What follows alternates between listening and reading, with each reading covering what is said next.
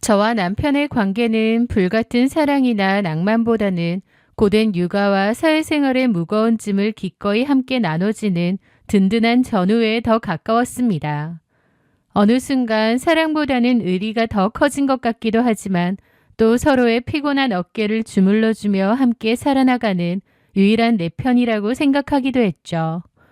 하지만 저와 시댁과의 관계는 최악이었습니다. 아이 낳는 문제로 어머님하고의 갈등이 심했거든요. 남편은 딸 셋 뒤로 어렵게 얻은 3녀 1남 중 귀한 독자였습니다. 시어머니는 결혼 초반부터 아들을 꼭 낳아달라고 귀에 못이 박히도록 얘기하셨죠. 하지만 태어날 아이 성별을 제가 고르는 것도 아니잖아요. 저는 딸을 낳게 되었고 그때부터 어머님은 저를 무슨 죄인 마냥 생각하시더라고요. 아이를 낳고 얼마 지나지 않은 때부터 둘째를 가지라고 닥달을 하시는 거예요. 하지만 둘째를 가진다고 해서 꼭 아들일 거란 보장도 없고 또 저는 굳이 둘째까지 낳고 싶지도 않았습니다. 여건도 안 됐고요. 그런데도 어머님의 닥달은 선을 넘어 저를 괴롭혔죠. 어머님은 일주일에 한 번꼴로 전화를 하셨는데요. 나중에는 그 전화벨 소리조차 질리더라고요. 수학이 너머로는 인사도 없이 둘째 생각 안 하냐, 집안 대를 끊어먹어야 속이 시원하냐, 내 친구 며느리는 용하다는 한의원에서 약 먹고 당장 아들 임신했다더라. 넌 그런 정성도 없느냐며 날선 닭달이 쏟아졌습니다. 딸 낳은 주제에 둘째 가질 노력도 안 하는 것 같다니까. 어머님, 저 직장도 다니고 육아도 하고 몸이 10개라도 부족한데 무슨 둘째요. 어머님이 봐주실 것도 아니잖아요. 아들이면 내가 봐준다니까. 너는 하나도 신경 안 써도 돼. 내가 다 키울 거니까. 딸이면요. 딸이면 네가 키워야지. 그걸 말이라고 하니? 라는데 진짜 질리더라고요. 어머님, 진짜 이러지 마세요. 저 너무 힘들어요. 너 때문에 나도 힘들어. 낳으라는 아들은 안 낳고 고작 딸? 그것도 하나 낳고 끝? 너 지금 나랑 뭐 하자는 거니? 제가 애 낳으려고 결혼했나요? 그럼! 너 뭐 때문에 결혼했는데? 진짜 숨이 턱턱 막혔습니다. 말도 안 통하는데 얘기해서 뭐 하나 싶더라고요. 우리 창섭이가 얼마나 귀한 독자인데 네가 우리 집 대를 끊어먹으려고 해.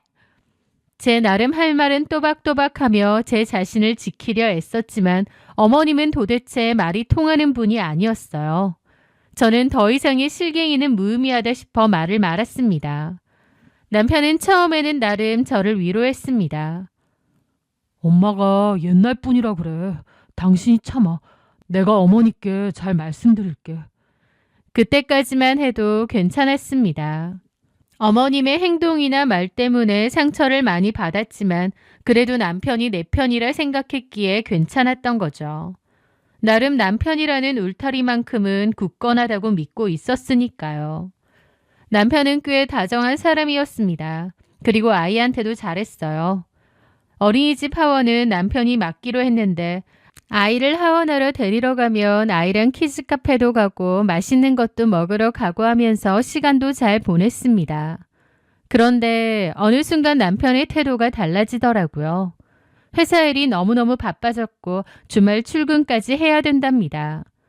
저는 퇴근이 불규칙해서 남편이 어린이집 하원을 책임지기로 했는데 어쩔 때는 연락 한 통 없이 안 간 적도 많아지는 거예요. 못 가면 저한테라도 말해야 되는데 그냥 안 가니까 어린이집에서 저에게 전화가 오는 거죠. 저는 일하다 말고 헐레벌떡 어린이집으로 뛰어가야 했습니다. 남편에게 왜 연락도 없이 늦느냐고 못 갈 것 같으면 나한테 전화를 해야 될 것 아니냐고 했더니 예전 같으면 미안하다며 쩔쩔 맸을 사람이 이제는 짜증 섞인 눈빛으로 따지는 거예요. 내가 논다고 그랬어? 회사 일이 바쁘고 정신이 없어서 그런 거지.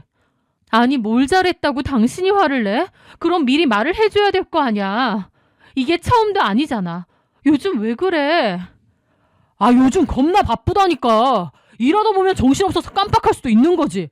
어쨌든 데리고 왔잖아, 서아. 그러면 된 거지. 왜 이렇게 사람 피말리게 잔소리를 퍼부어? 라며 되려 예민하게 화를 내기 일쑤인 겁니다. 저는 너무 황당하더라고요. 아이를 못 데리고 갈 것 같으면 연락이라도 달라는 게 이렇게 화낼 일인가요? 그맘때 남편은 마치 꼬투리라도 잡아서 저한테 화를 내려고 기다리는 사람 같았습니다. 저는 남편과의 싸움이 늘어갔어요. 남편은 저에게 함부로 말을 하는 날이 늘어갔고 서로를 탓하며 언성이 높아졌죠. 저도 싸우고 싶지 않은데 그맘때 남편은 자꾸만 싸움을 붙이는 것처럼 시비를 걸었습니다. 남편의 변한 태도가 이해도 안 되고 너무 지쳐갈 때 결정적인 사건이 있었어요. 그날은 예고도 기척도 없이 저희 집 현관문 도어락이 열리는 소리가 났습니다. 다름 아닌 어머님이셨어요. 그런데 어머님은 한약이 든 박스를 들고 오시더라고요. 어머니, 연락도 없이 어쩐 일로... 어머님은 다짜고짜 그 무거운 한약 박스를 거실 바닥에 쾅 소리나게 내려놓으셨습니다. 이거 앞으로 꼬박꼬박 챙겨 먹어라. 아들 들어서는 한약이야. 내가 이거 해오려고 얼마나 멀리 갔다 온 줄 아니? 아휴, 개고생도 이런 고생이 없어. 그리고는 갑자기 제 등 뒤에 있는 저희 딸아이를 향해 마음에 안 드는 듯 소리치시더라고요. 고추 하나 못 달고 나와서 내가 이 고생을 사서 다 한다. 하여튼 마음에 안 들어 죽겠어 저기 집에. 어머님의 막말에 저도 너무 놀라 입이 떡 벌어졌고 저희 딸아이도 울음을 터뜨렸습니다. 어떻게 어린 소녀딸한테 저런 소리를 하시나요? 저는 격분하여 어머님에게 따져 물었습니다. 어머니, 지금 말씀 다 하셨어요? 어떻게 그런 말씀을 하세요? 내가 틀린 말 했냐? 저 이런 거 안 먹습니다. 둘째 낳을 생각도 없고요. 뭐라고? 내가 이거 해오려고 얼마나 고생을 하고 돈은 또 얼마를 들였는데 뭐가 어째? 어머님 마음대로 해오셔놓고 왜 저한테 강요하세요? 그럼 네가 아들을 낳든가. 제가 무슨 아들 낳는 기계냐고요. 진짜 왜 이러세요? 그러면서 저는 어머님과 크게 한판 붙게 되었습니다. 진짜 저도 돌아버릴 지경이더라고요. 너 아들 못 낳을 것 같으면 그냥 이혼해라. 네? 우리 집은 아들이 중요하다고 내가 몇 번을 말해. 근데 너는 안 낳겠다며. 어머니, 진짜 저 미치는 꼴 보고 싶으세요? 진짜 미치겠더라고요. 그런데 그 상황에서 어머님을 말려야 할 남편은 오히려 저를 타박했습니다. 아무리 그래도 엄마한테 그렇게 큰 소리 내고 따지는 건 아니지. 뭐라고? 아이고, 며느리 무서워서 말도 못하겠다. 아주 며느리가 제일 상전이야. 아들도 못 낳은 주제에 어찌나 당당한지. 저는 남편에게 물었습니다. 어머님이 저렇게 말하시는데도 내가 잘못한 거야? 진짜 중간에서 나도 미치겠다. 엄마, 됐고 일단 가세요. 내가 어딜 가? 이 약은 먹으라고 할 테니까 일단 가시자고요. 그러는데 기가 막혔습니다. 제가 약을 왜 먹나요? 남편은 어머님을 모셔다 드리고 돌아왔고 저랑 또 한바탕 싸우게 되었어요. 너 왜 이렇게 엄마랑 자꾸 싸워? 그냥 적당히 맞춰드리면 되는 거 아니야? 뭘 맞춰드려? 그냥 네 마시겠습니다 하고 안 마셔도 되는 거잖아. 아니, 내가 왜 그래야 돼? 와, 미치겠다 진짜. 너 이럴 때마다 너무 질려. 그렇게 뻣뻣하게 굴 필요 있어? 엄마가 원래 그런 사람인 걸 어떡해. 비적당히 맞춰줄 수 없어? 다짜고짜 아들 낳으라고 저 난리치시는 어머님이 문제 아니야? 내가 무슨 아들 낳는 기계야? 나도 진짜 중간에서 미치겠다. 엄마도 당신도 누구 하나 양보 없이 부딪히는데 나야말로 돌아버릴 지경이야. 당신이 왜 돌아? 당신 엄만데. 나도 힘든 건 힘든 거야. 중간에서 내가 얼마나 괴로운 줄 알아? 나만큼 하겠어? 그래, 당신이 제일 힘들지. 힘들게 해서 미안하네. 그럼 이제 그만 힘들게 하면 되겠어? 그게 무슨 뜻이야? 남편은 묵묵부답이었습니다. 뭔 뜻이냐고. 이혼하자는 거야? 비겁하게 냄새만 피우지 말고 똑바로 말해. 솔직히 엄마랑 당신이랑 계속 부딪히잖아. 나도 지친다. 남편은 이혼의 뜻을 은근하게 내비치더라고요. 얼마나 황당하던지. 우리 시간을 좀 갖자. 와, 진짜 어이가 없네. 그래, 나야말로 이 결혼 생활이 맞는지 생각 좀 해봐야겠어. 저는 그날 짐 싸들고 딸아이와 친정으로 갔습니다. 남편이 이혼 어쩌고 얘기하는데 꼬라지 보고 싶지도 않고 저도 이 결혼 생활에 대해서 다시 한번 생각해 봐야겠더라고요. 저는 걱정하시는 친정 부모님께 간략하게 저희 부부의 사정을 말씀드렸습니다. 그리고 죄송하다고 당분간만 좀 지내겠다고 했습니다. 갑자기 변해버린 남편, 아들 낳으라고 닥달하는 시어머니. 저도 진짜 지긋지긋하고 너무 힘들더라고요. 그런데 제가 다음날 퇴근하고 친정집으로 갔는데 엄마가 저를 따로 부르시는 거예요. 왜요? 예, 이것 좀 봐라. 서아가 그린 건데.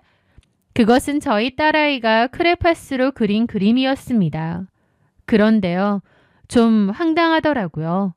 왜냐면 그림 속에는 아빠와 딸, 그리고 제가 아니라 긴 머리의 낯선 여자가 그려져 있었거든요. 저는 단발머리입니다. 그런데 그림 속 여자는 분명 긴 머리더라고요. 엄마가 좀 의아해서 이건 누구냐고 물어봤답니다. 그랬더니 저희 딸이 해맑게 대답했다고 하더군요.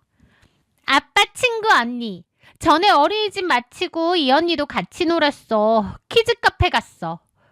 저는 좀 놀랐습니다. 아빠 친구 언니라니요. 딸아이가 그린 건 제가 아니라 다른 여자였던 겁니다. 그런데 엄마가 물어보시더라고요. 혹시 이서방 여자 있어서 너랑 이혼 어쩌고 한 거 아니니? 엄마의 말을 듣는 그 순간 최근 들어 이상해지고 예민해진 남편의 태도가 떠올랐습니다. 남편이 마치 일부러 싸움을 만들려고 저에게 시비를 거는 것 같았던 상황들도 떠오르고요. 마치 제 입에서 이혼 소리가 나오게 기다리는 것만 같았죠. 어머님 때문에 힘든 애 어쩌네라는 건 핑계고 다른 이유가 있는 것 같았습니다. 그때는 몰랐는데 이 그림을 보니 어쩌면 남편에게 여자가 있을지도 모르겠다는 생각이 드는 겁니다. 저는 심각해진 기분으로 고민을 했습니다. 그러다가 떠오른 게 바로 친구 주연이었습니다. 주연이는 2살 터울의 언니가 있는데요. 주연이네 언니가 공교롭게 저희 남편과 같은 회사거든요. 남편이 다니는 회사는 직원 수 200명 정도의 중소기업인데 팀은 다르지만 주연이의 언니도 그 회사에 다닌다고 했습니다. 저는 곧장 주연이에게 전화를 걸었어요. 주연이가 전화를 받자마자 왈칵 울음이 터지더라고요. 주연이는 놀라서 왜 그러냐고 물었고 저는 좀 전에 있었던 일을 털어놓았습니다. 그러면서 주연이에게 말했죠. 있잖아 주연아. 너네 언니가 우리 남편이랑 같은 회사 다닌다고 했잖아.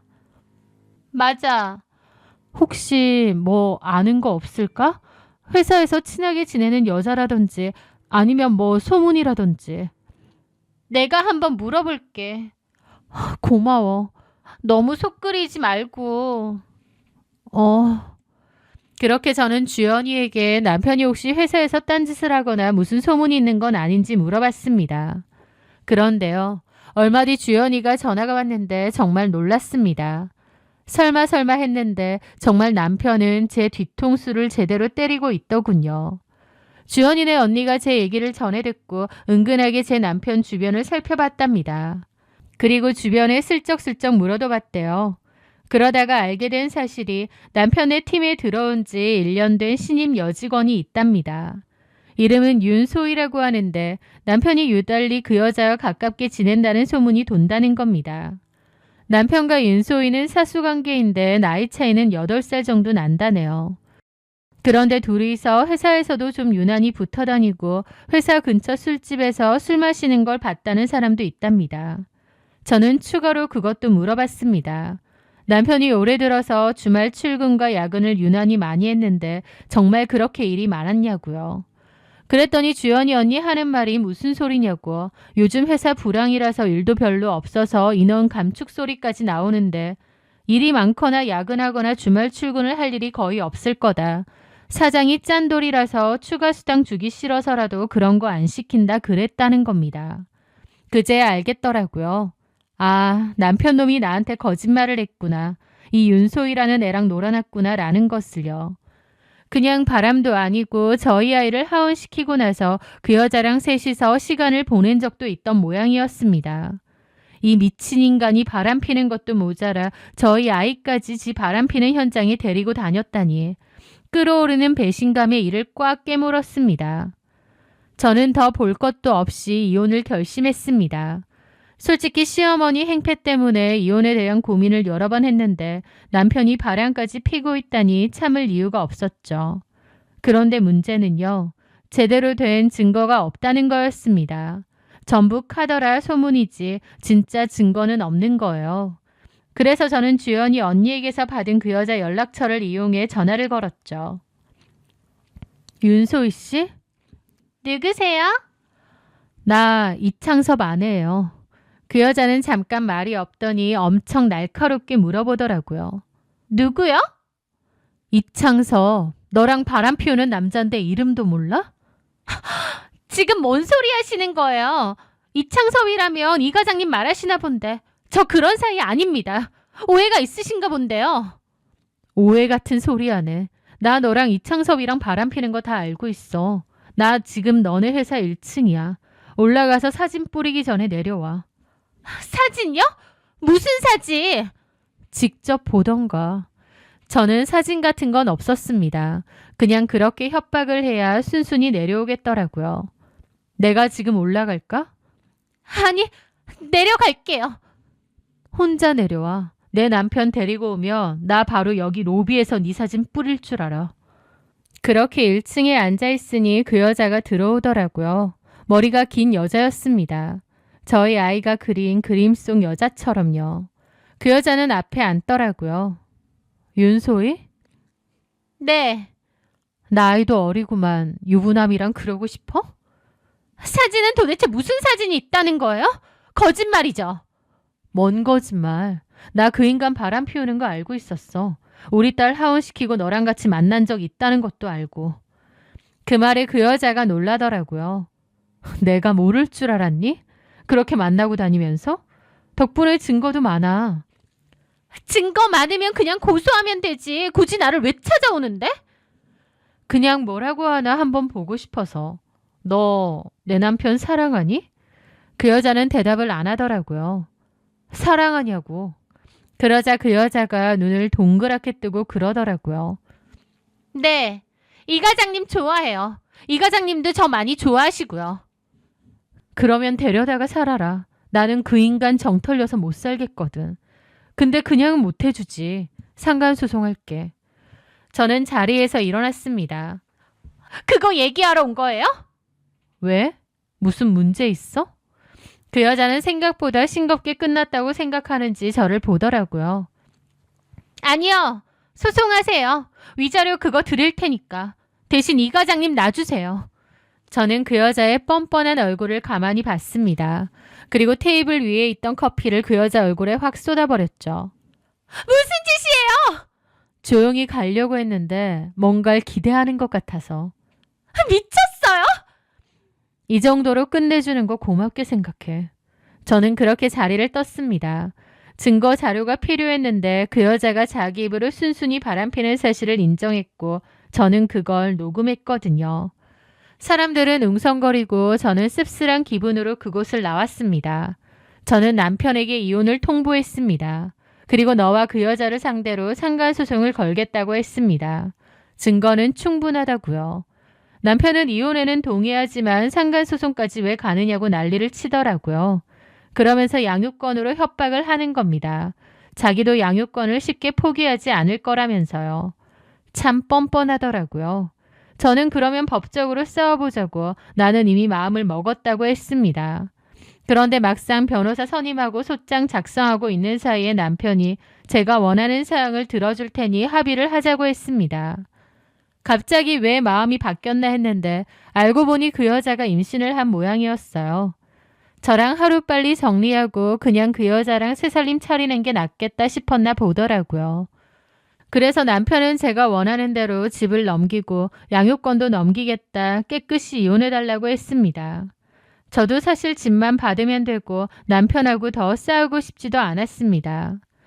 그렇게 협의로 이혼을 하기로 했는데 남편은 나중에 양육비는 보내지만 면접 교섭권은 포기하겠다고까지 했습니다.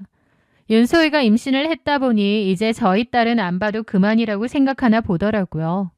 여자에 미쳐서 자식까지 나몰라라 하는 인간이 바로 제 남편 놈이었습니다. 진짜 마음이 싸늘하게 식더라고요. 그 인간이 제 앞에서 벼락 맞고 죽어도 눈 하나 깜짝 안 할 것처럼 마음이 싹 없어졌습니다. 그렇게 남편과 저는 정말 빠르게 서류를 정리하고 이혼을 했습니다. 그런데요, 정말 공교롭게도 법적으로 남남이 되고 나서 2주일 정도가 흘렀을 때였습니다. 제 휴대폰으로 뜬금없이 시어머니의 전화가 미친 듯이 걸려오는 겁니다.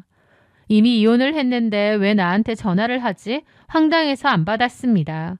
그런데 또 오더라고요. 무슨 일이지 싶어서 남편에게 전화를 걸었더니 안 받는 거예요. 그런데 어머님이 또 전화를 하는 겁니다. 그래서 일단 받았는데 전화를 받자마자 짐승의 울음소리 같은 통곡이 고막을 찢을 듯 울려 퍼지는 겁니다. 너 왜 안 와? 남편이 저 모양인데 왜 안 오느냐고. 네? 지금 무슨 소리 하세요? 너 병원에서 전화 못 받았니? 무슨 전화요? 지금 무슨 소리 하시는 거예요? 서아애비가 지금 교통사고가 나서 응급실에 와 있는데 너 뭐 하고 있는 거냐고. 네? 너무 황당했습니다. 알고 보니 남편은 큰 교통사고를 당했다는 겁니다. 불법으로 유턴을 하다가 달려오는 차와 그대로 충돌했다더군요. 남편이 갑자기 교통사고를 당했다니 너무 놀라서 가슴이 뛰었습니다. 하지만 그것과 별개로 이성은 차가워지더라고요. 이제 저와 그 인간은 아무 사이도 아니잖아요. 그냥 헤어진 것도 아니고 남편놈이 바람피워서 딸이고 뭐고 다 필요 없다고 하면서 헤어졌죠. 애 아빠고 자시고 다시는 살면서 얼굴 마주하고 싶지도 않을 정도로 정 떨어져 있는데 저한테 전화를 하셔서 왜 안 오냐고 하니 황당한 겁니다. 많이 다쳤나요? 뭘 물어? 당장 안 오니? 아니 어머님, 제가 거길 왜 가요? 제 말에 잠깐 대답이 없더라고요. 그러더니 뭐라고? 너 지금 뭐라고 했니? 아니 남편이 교통사고 나서 누워있는데 뭐라고? 무슨 남편이요? 저희 이혼했는데. 뭐? 이혼? 너네 이혼했어? 어머님은 전혀 모르셨나 보더라고요. 모르셨어요? 이혼이라니 이게 무슨... 아니 언제? 왜 그런 걸 니들끼리 결정해? 언제는 이혼하라고 하셨잖아요. 아니 이게 무슨... 어쨌든 전 안 갑니다. 저 그 사람이랑 아무 사이 아니에요. 너 아무리 그래도 서아빠한테 이럴 수가 있니? 어머니, 이창섭 바람 피웠어요. 바람? 네, 상대 여자가 이창섭 애도 가졌답니다. 이게 다 무슨... 그 여자가 누군데? 참나, 자기 엄마한테도 얘기를 안 했나 보네. 어쨌든 그 여자한테 전화하세요. 저는 이제 모르는 일이니까.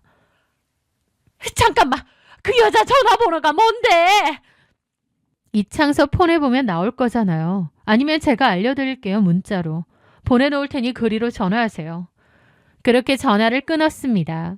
갑자기 교통사고라니 이게 무슨 일인가 싶었지만 솔직히 제가 이창섭을 보러 가야 될 이유는 없었습니다. 하지만 그 뒤로도 많이 다친 건지 얼마나 위중한 건지 계속 신경이 쓰였죠. 그러다가 나중에 듣게 된 소식은 놀라웠습니다. 남편, 아니 전 남편이 된 그 인간은 하반신 마비 때문에 평생 휠체어 신세를 지어야 된다고 하더라고요. 제 생각 이상으로 교통사고가 크게 난 모양이었죠. 남편은 저와 헤어지고 윤소희 그 여자와 새로 출발할 생각에 신이 났겠지만 저랑 이혼한 지 2주도 안 돼서 그런 일을 겪게 된 거였습니다. 등골이 오싹하더라고요. 어머님은 단박이 윤소희에게 연락을 한 모양이었습니다. 그런데 윤소희도 하루아침에 하반신 불구가 된 이창섭을 떠맡게 되니 경악을 했겠죠. 어머님은 윤소희가 임신을 했다는 것도 알았기에 절대 놔줄 수 없었을 겁니다. 누군가는 아들을 간호하고 곁에 있어줘야 된다고 생각하셨으니까요. 그런데 윤소희는 남편이 걸을 수 없다는 걸 알자마자 바로 아이는 수술을 하고 남편에겐 헤어지자고 한 모양이었습니다. 남편은 그 일로 거의 반 미쳤고 시어머니는 회사로 달려가 윤소희 머리채를 잡았대요. 누구 맘대로 아이를 지우냐고요. 그래서 암암리에 퍼지던 소문이 회사에 공공연하게 다 돌았고 결국 윤소희는 회사를 그만두었답니다. 그러면서 시어머니를 상대로 폭행 고소를 했고요. 남편은 두 다리를 잃고 상간녀와도 헤어지고 직장에 소문까지 다 난 거죠. 어떻게 그렇게까지 몰락을 하나 싶어서 전해 들은 저도 소름이 돋더라고요. 남편은 윤소에게 버림을 받자 뻔뻔하게 저한테 연락을 했습니다. 제가 전화를 안 받으니 문자로도 자기가 미안하다, 죗값을 받는 것 같다, 우리 딸이 보고 싶다 그런 걸 보내는 거예요. 저는 이제 와서 나한테 들러붙으려나 보다 싶어서 진절머리가 나더라고요. 답장도 없이 싹 차단했습니다. 딸아이 면접 교섭권도 필요 없다고 했던 게 바로 남편이었어요. 그런데 지 사정 안 좋아지니 바로 저한테 연락하고 딸 찾고 진짜 살면서 다시는 엮이지 않겠다고 마음먹으며 선을 그었죠. 저는 집을 처분했고 딸아이와 다른 동네로 이사를 갔습니다. 그리고 현재는 딸아이와 둘이서 오손도손 잘 지내고 있습니다.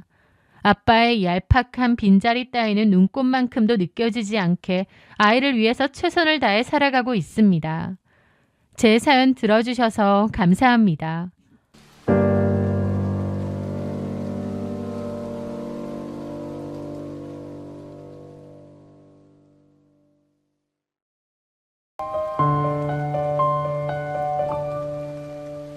안녕하세요.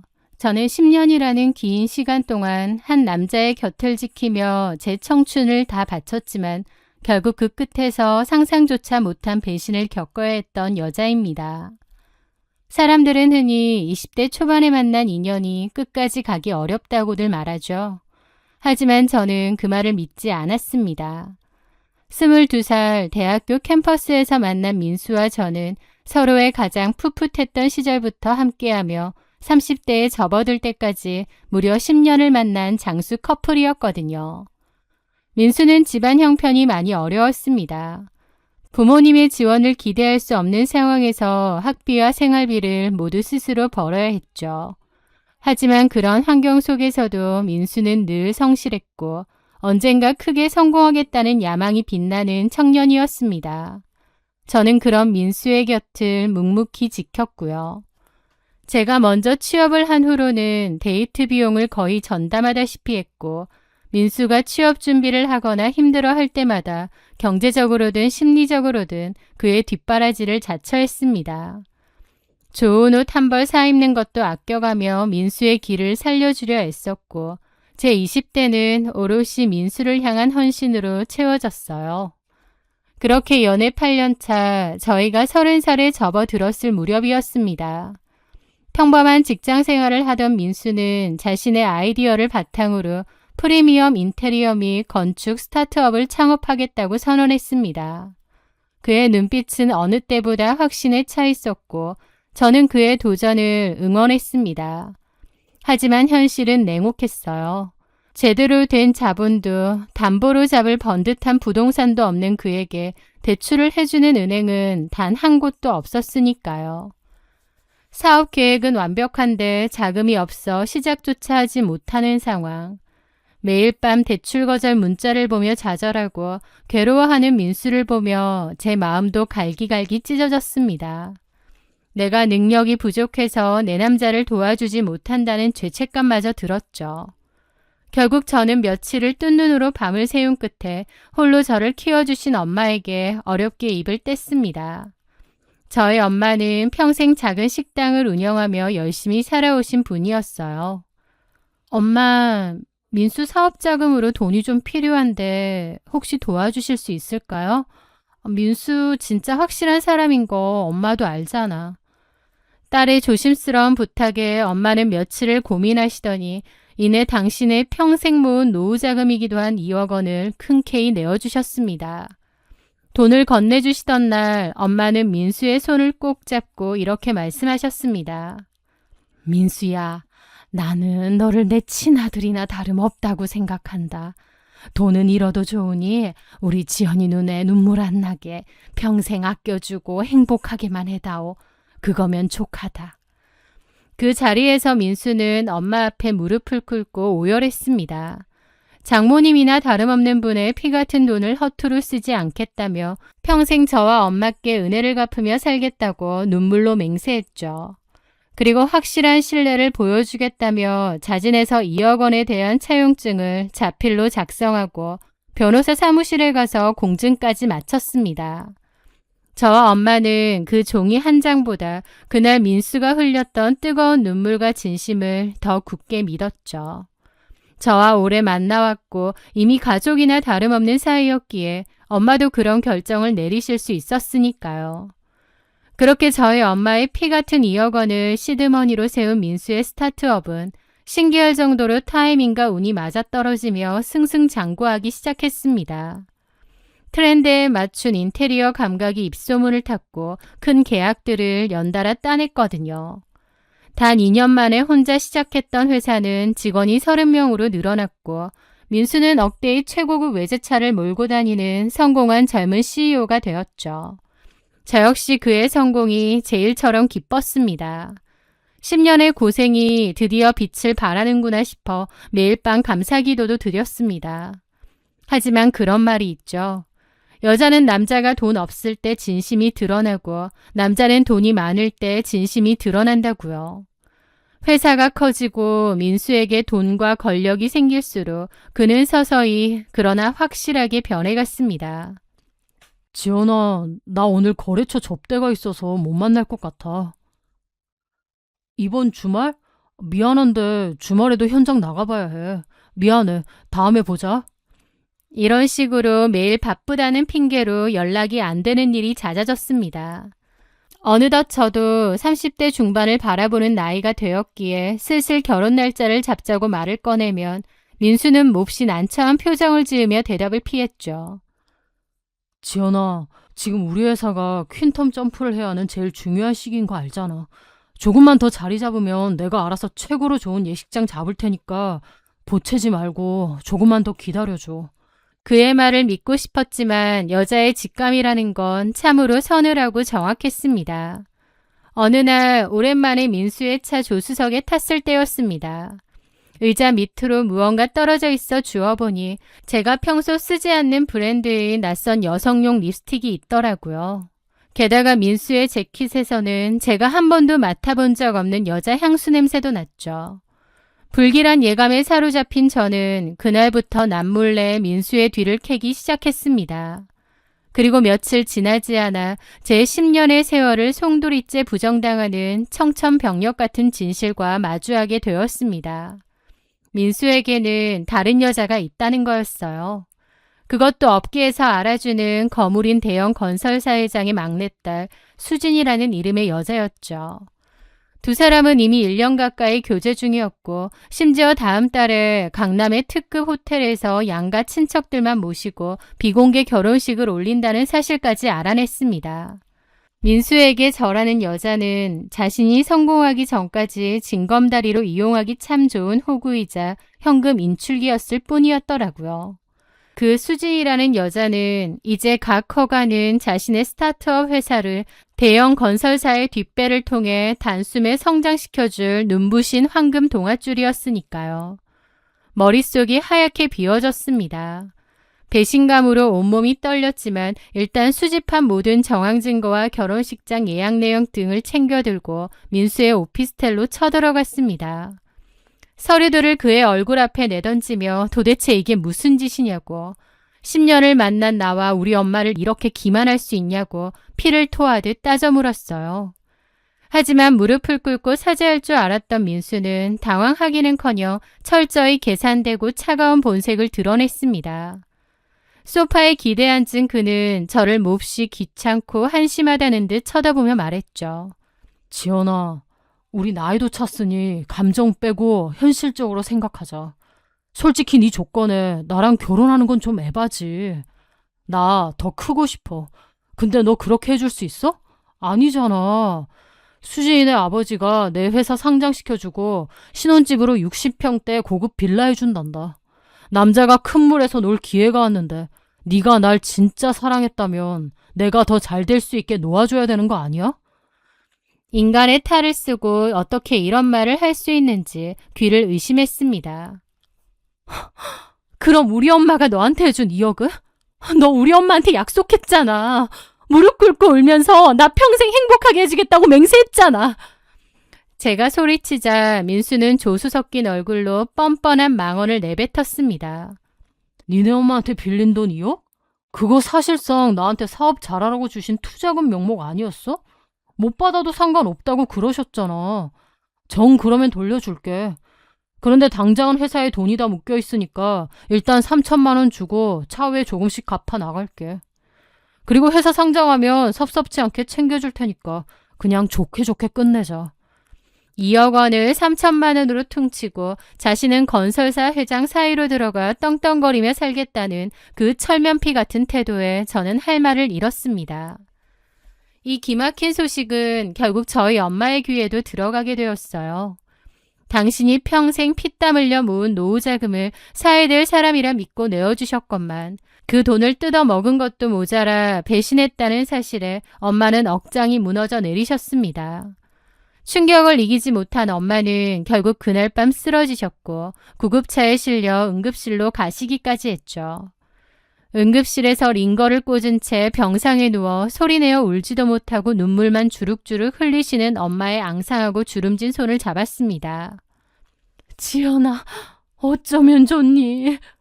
우리 지연이 불쌍해서 어쩌면 좋아. 저를 원망하기는커녕 끝까지 딸 걱정만 하시는 엄마를 보며 저는 펑펑 우는 대신 입술을 꽉 깨물었습니다. 그런 인간을 예비 사위라고 엄마한테 보여주고 엄마의 피 같은 돈까지 날리게 하고 엄마한테 죽을 만큼 죄송하더라고요. 저는 이를 갈았습니다. 나와 내 엄마를 기만하고 우리 가족의 피 같은 돈을 밟고 올라선 저 인간 쓰레기가 큰 건설회사의 사위가 되어 남은 평생을 웃으며 살아가게 둘 수는 없었죠. 저는 병실 창밖을 바라보며 민수의 그 잘난 성공과 결혼을 가장 비참하고 완벽하게 박살내버릴 철저한 복수를 다짐했습니다. 저는 복수를 위해 가장 먼저 체념한 호구의 가면을 쓰기로 했습니다. 그래서 다음 날 저는 이성을 되찾은 척 아주 차분한 목소리로 민수에게 전화를 걸었죠. 네 말대로 할게. 현실적으로 생각해보니 네 말이 맞는 것 같아. 일단 3천만 원 주고 천천히 나머지 돈 갚아줘. 제 전화에 민수는 안도의 한숨을 내쉬며 몹시 홀가분해하는 기색이 역력했습니다. 골칫덩어리가 알아서 떨어져 나가주겠다니 그보다 기쁜 일이 없었겠지요. 그래 지연아. 역시 넌 착하고 배려심이 많아. 내가 그래서 널 좋아한 거잖아. 내 상황 이해해줘서 고맙고 3천만 원은 지금 바로 네 계좌로 쏴줄게.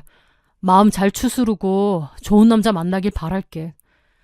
곧바로 제 통장에 3천만 원이 입금되었습니다. 그 돈은 변호사 선임 비용과 소송 준비금으로 완벽하게 쓸 참이었습니다. 제가 체념했다고 굳게 믿은 민수는 더 이상 제 눈치를 보지 않고 한 달 앞으로 다가온 예비 신부와의 결혼식 준비에만 매진하는 듯 했습니다. 저는 그 한 달 동안 정보 수집과 법적 조치를 준비했죠. 가장 먼저 이혼 및 기업 법무에 능통한 변호사를 찾아갔습니다.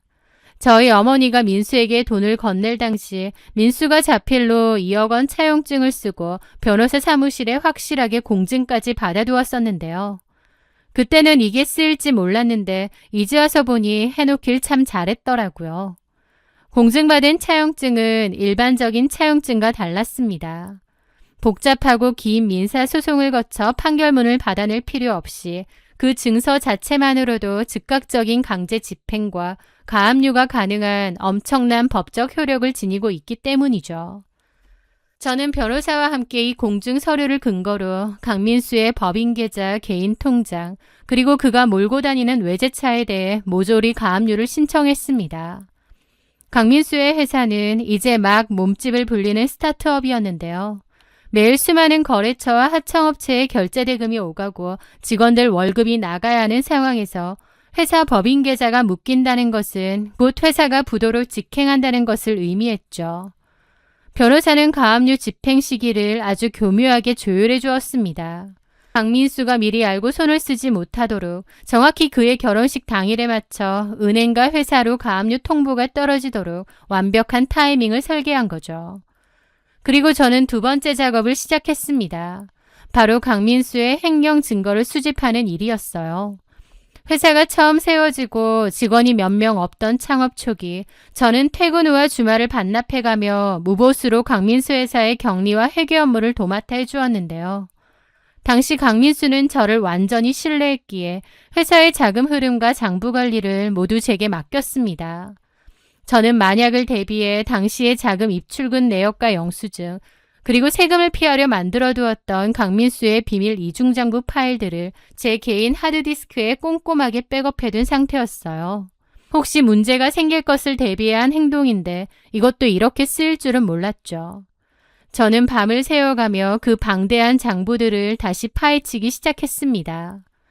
그리고 강민수가 사업자금이나 회사 공금을 교묘하게 빼돌려 개인적인 용도로 쓰고 있다는 것을 알게 되었어요. 그 자금들은 아마 예비 신부의 환심을 사기 위한 선물 결제 대금이나 데이트 비용으로 들어갔더라고요. 대표 딸의 눈높이를 맞추기 위해 그 정도의 투자는 필요했겠죠.